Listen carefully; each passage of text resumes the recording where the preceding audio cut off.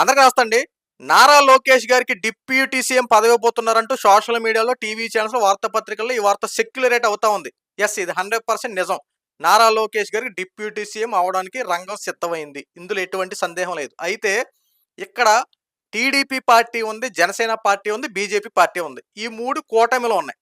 అయితే ఇక టీడీపీ వాళ్ళ యొక్క వాదన ఏంటంటే, నారా లోకేష్ గారికి డిప్యూటీ సీఎం పదవి ఇస్తే మంచిదే, ఇవ్వాల్సిందే. ఎందుకంటే చంద్రబాబు నాయుడు గారికి కాస్త వయసు మీద పడింది కాబట్టి, ఇలాంటి టైంలో నారా లోకేష్ గారికి డిప్యూటీ సీఎం పదవి ఇస్తే, రాబోయే రోజుల్లో నారా లోకేష్ గారి యొక్క పరిపాలన ఏ రకంగా ఉంటదో, ప్రజల్ని ఎలాంటి రకంగా పరిపాలించగలడో ఒకసారి డిప్యూటీ సీఎం హోదా ఇస్తే ప్రోటోకాల్ మారుతా ఉంటది.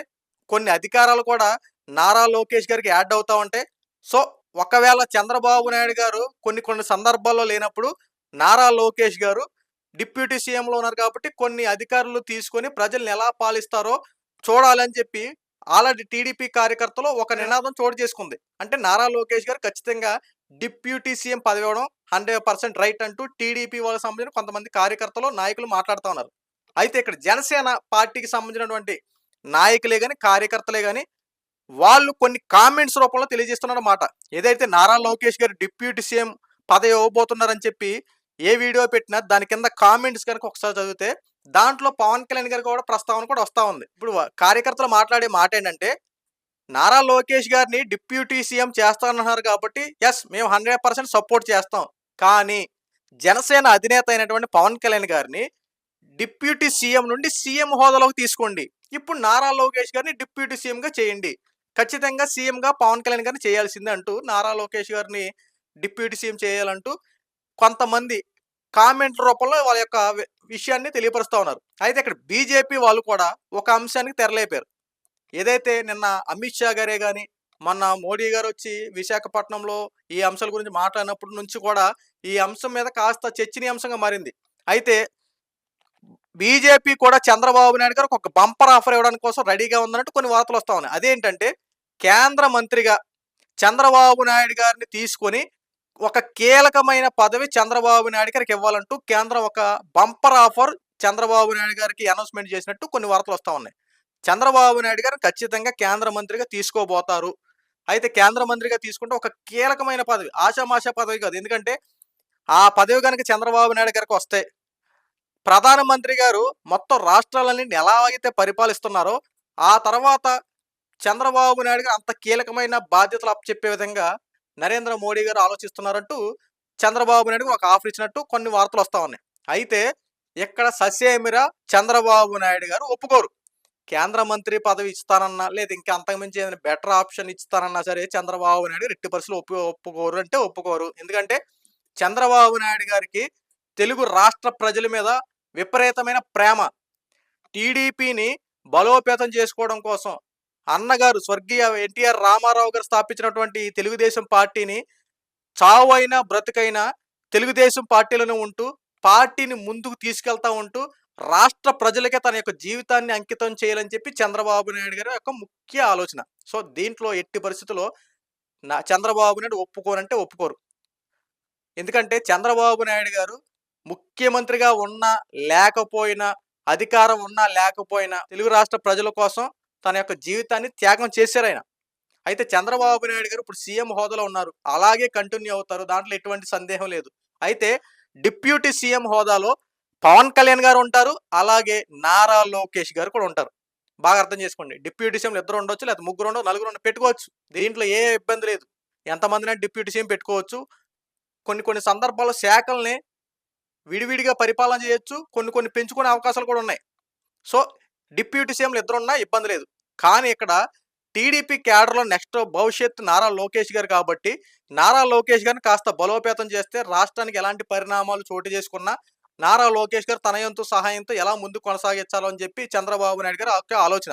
అయితే ఇక్కడ పవన్ కళ్యాణ్ గారు కూడా దీనికి ఆమోదం తెలుపుతూ ఉంటారు. ఖచ్చితంగా చంద్రబాబు నాయుడు గారు పవన్ కళ్యాణ్ అడగకుండా స్వయంగా నిర్ణయం తీసుకొని నారా లోకేష్ గారిని డిప్యూటీ సీఎం చేస్తారని చెప్పి అలా ఏమనుకోరు.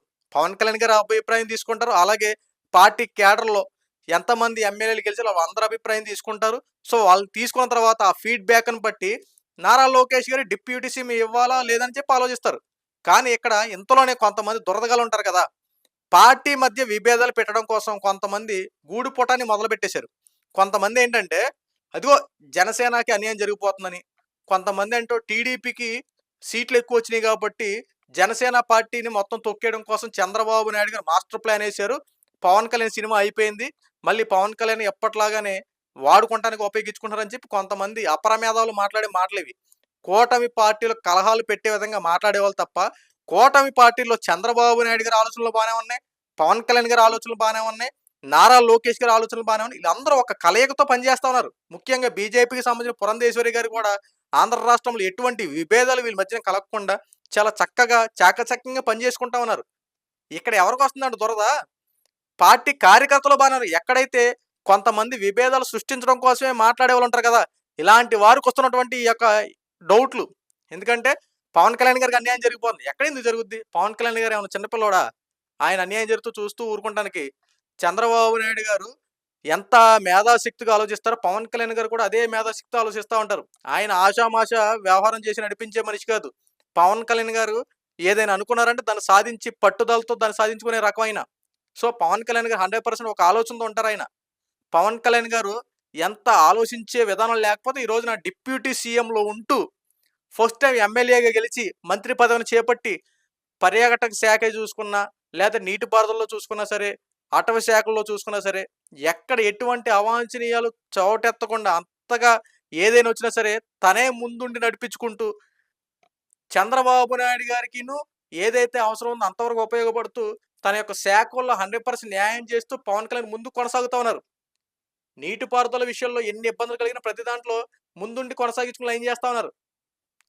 పంచాయతీరాజ్ శాఖ ఎందుకు ఇచ్చారంటే పర్యావరణం మీద కాస్త గ్రిప్ ఎక్కువగా ఉంది కాబట్టి పవన్ కళ్యాణ్ గారికి ఆ పర్యాటక శాఖ అలాగే నీటిపారుదల శాఖ ఎన్ని తీసుకుని పంచాయతీరాజ్ ఎన్ని శాఖలు ఎందుకు తీసుకున్నారు ఆయన? ఇందులో ఈ అన్నిటిలో అవగాహన కలిగినటువంటి వ్యక్తి పవన్ కళ్యాణ్ గారు. సో, తన యొక్క డిప్యూటీ సీఎం పదవికి ఆయన తీసుకున్నటువంటి శాఖలు 100% న్యాయం చేస్తా ఉన్నారు. ఏ సమస్య వచ్చినా చిటుకులో నేనున్నానని చెప్పి వెళ్ళిపోతున్నారు ఆయన. ఇప్పుడు డిప్యూటీ సీఎం హోదాలో పవన్ కళ్యాణ్ గారు ఏ రకంగా అయితే చేస్తున్నారో నారా లోకేష్ గారు కూడా అంతకు మించి ఇంకా ఎక్కువ చేయాలని చెప్పి చంద్రబాబు గారి యొక్క ఆలోచన. ఇప్పుడు చంద్రబాబు నాయుడు గారు కూడా డిప్యూటీ సీఎంని నారా లోకేష్ గారిని చేస్తే ఇద్దరు సమన్వయంగా చంద్రబాబు నాయుడు గారు తోడుగా ఉంటూ చక్కగా రాష్ట్రాన్ని ముందుకు కొనసాగించాలి ఒక అండర్స్టాండింగ్తో వెళ్తారని చెప్పి చంద్రబాబు గారి ఆలోచన. దయచేసి కూటమి ప్రభుత్వం విభేదాలు అయితే సృష్టించకండి. వీళ్ళు ఒక 100% ఒక నమ్మకంతో పనిచేస్తా ఉన్నారు. మనకి ఎవరు ముఖ్యమంత్రి ఉన్నారు, ఎవరు డిప్యూటీ సీఎంగా ఉన్నారు, ఎవరు హోమ్ మినిస్టర్గా ఉన్నారు, ఈ కాదు మనకు కావాల్సింది. మనకి రాష్ట్రానికి మంచి పరిపాలన అందిస్తున్నారా లేదా? ఫస్ట్ ఆఫ్ ఆల్ ఆలోచించాల్సింది. మనకి ఇస్తానన్న పథకాలు ఇస్తున్నారా లేదా? మనకి చేస్తానన్నటువంటి అభివృద్ధి పనులు చేస్తున్నారా లేదా? మనకి ఏదైతే హామీలు ఇచ్చారో హామీలు నెరవేరుస్తున్నారా లేదా? ఇది చూడాలి. అంతే తప్ప వాళ్ళే పదవులు ఉన్నారు, వీళ్ళే పదవులు ఉన్నారు, వాళ్ళు ఏం చేస్తున్నారు అని చెప్పి వాళ్ళు బాగానే ఉన్నారు, మీరెందుకు కొట్టి చచ్చిపోతున్నారు? పార్టీలో విభేదాలు ఏమి రావట్లేదు. మీరు విభేదాలు వచ్చేలా సృష్టించుకుని మీరు గొడవలు పడతా ఉన్నారు. ఇప్పుడు టీవీ ఛానల్స్లో వీళ్ళు కూడా ఏమైపోయారంటే ఎవరికే పదవి ఇస్తున్నారో ఇక రాకముందు ఊహించుకొని చెప్పేసి వాళ్ళు ఎక్కువైపోయారు. అరే నాయన, మీరు ప్రశాంతంగా ఉండండి, ప్రజలు ప్రశాంతంగా ఉండండి. ఇక్కడ ఎటువంటి ఇబ్బందులు తలెత్తుదలే అంతా బాగానే ఉంది. ఎప్పటికైనా కూటమి ప్రభుత్వం ఒక అండర్స్టాండింగ్తో పనిచేస్తుంది. రాబోయే రోజులు ఇంతకు మించి మెరుగైన పరిపాలన అందిస్తుంది. సో, ఈ వీడియో మీకు నచ్చితే లైక్ చేయండి, షేర్ చేయండి. ఇలాంటి మరిన్ని అప్డేట్స్ కోసం మన ఛానల్ సబ్స్క్రైబ్ చేసుకోండి. Thank you.